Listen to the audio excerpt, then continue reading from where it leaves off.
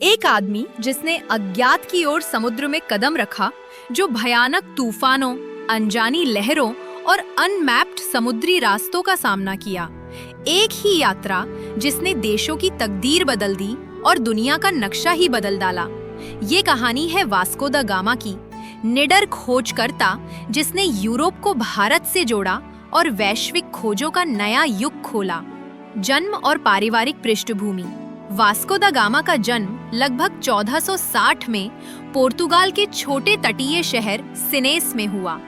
वह एक प्रतिष्ठित परिवार से थे। उनके पिता इस्तेवाओ द गामा पोर्तुगाली नौसेना में कमांडर थे।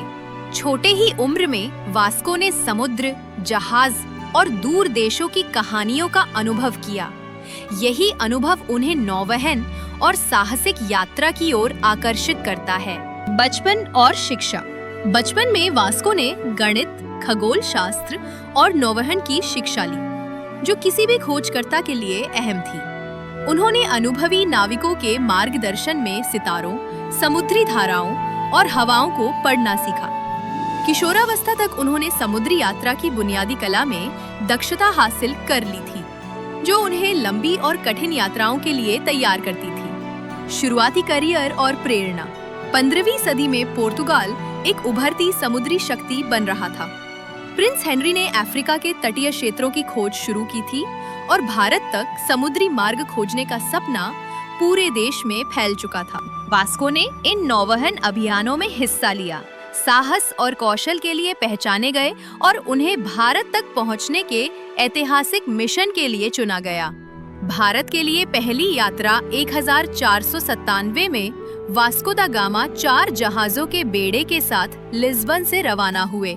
यात्रा लंबी और खतरनाक थी। उन्होंने केप ऑफ गुड होप पार किया, अनजाने पानी में नौकायन किया और तूफानों, भूख और बीमारी का सामना किया। लगभग 10 महीने बाद मई 1498 में वे कालीकट, अब कोझिकोड पहुंच गए। ये उपलब्धि उन्हें पहला यूरोपीय बनाती है जिसने भारत तक समुद्री मार्ग से पहुंच बनाई और अरब और ऑटोमन व्यापारियों पर निर्भरता खत्म की। वैश्विक व्यापार पर प्रभाव। वास्को द गामा की यात्रा ने पोर्तुगाल और भारत के बीच सीधे समुद्री संपर्क का मार्ग खोला। इससे मसालों, वस्त्रों और अन्य मूल्यवान वस्तुओं का व्यापार बिना मध्यस्थों के किया जा सका।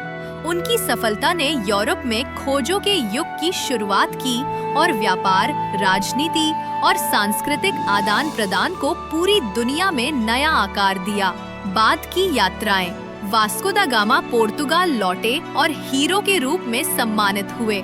उन्होंने भारत की 2 और यात्राएं की, जिसमें उन्होंने व्यापार मार्गों को मजबूत किया और भारतीय शासकों से संपर्क स्थापित किया। कुशल कूटनीति, नौवहन और नेतृत्व के जरिए उन्होंने हिंद महासागर में पोर्तुगाल की स्थिति को मजबूती दी।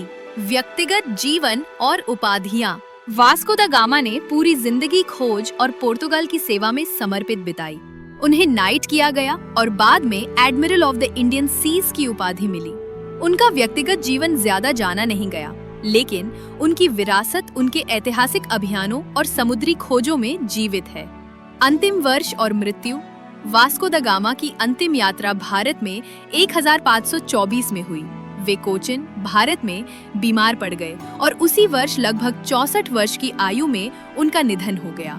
शुरुआत में उन्हें कोचिन में दफनाया गया, बाद में उनकी आत्मा को लिस्बन, पोर्तुगाल में लाया गया। उनका जीवन खोज, साहस और दुनिया को जोड़ने की भावना का प्रतीक है। विरासत और प्रभाव। वास्को द गामा की यात्राओं ने वैश्विक इतिहास को बदल दिया। उन्होंने यूरोप और भारत के बीच समुद्री मार्ग खोला, पूर्व और पश्चिम को जोड़ा और व्यापार, ज्ञान और सांस्कृतिक आदान प्रदान के नए रास्ते खोले।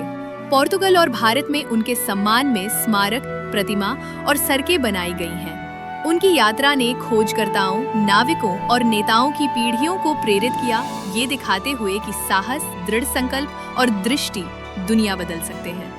वास्को द गामा का जीवन हमें याद दिलाता है कि दुनिया विशाल है, चुनौतियों से भरी है और खोज के लिए इंतजार कर रही है। एक आदमी साहस और दृष्टि के साथ देशों की तकदीर बदल सकता है और ऐसी विरासत छोड़ सकता है जो आज भी महासागरों में गूंजती है। हमें कमेंट्स में बताइए कौन सी यात्रा या खोजकर्ता आपको सबसे अधिक प्रेरित करती है। और अधिक इतिहास और खोज की कहानियां देखें एरान कवर पर। सब्सक्राइब करें क्योंकि हर युग कहता है एक कहानी।